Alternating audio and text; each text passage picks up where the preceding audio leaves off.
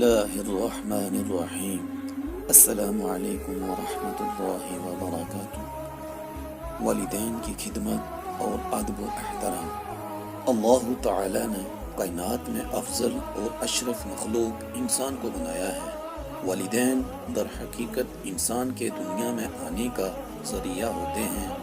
ہمارا وجود والدین کی وجہ سے ہوتا ہے، اسی لیے اللہ تعالی نے بھی والدین کے ساتھ حسن سلوک کا حکم دیا اور ان کے حقوق کی ادائیگی کی تلقین کی ہے۔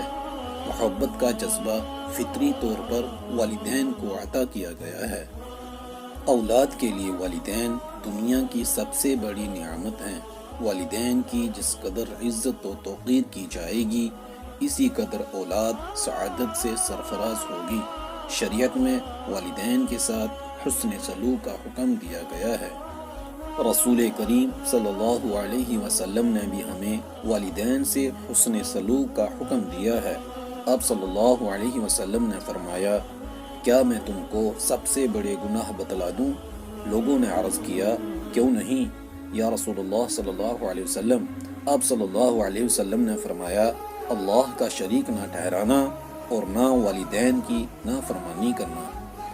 ایک شخص نے رسول اللہ صلی اللہ علیہ وسلم کی خدمت میں حاضر ہو کر دریافت کیا کہ میرے حسن سلوک کا سب سے زیادہ مستحق کون ہے؟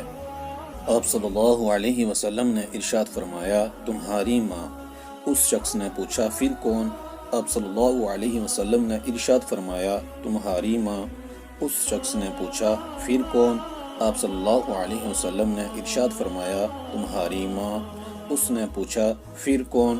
آپ صلی اللہ علیہ وسلم نے ارشاد فرمایا، تمہارا باپ۔ رسول اللہ صلی اللہ علیہ وسلم نے فرمایا، باپ جنت کے دروازوں میں سے بہترین دروازہ ہے، چنانچہ تمہیں اختیار ہے، خواہ اس کی نافرمانی کر کے اور دل دکھا کے اس دروازے کو ضائع کر دو، یا اس کی فرمانبرداری اور اس کو راضی رکھ کر اس دروازے کی حفاظت کرو۔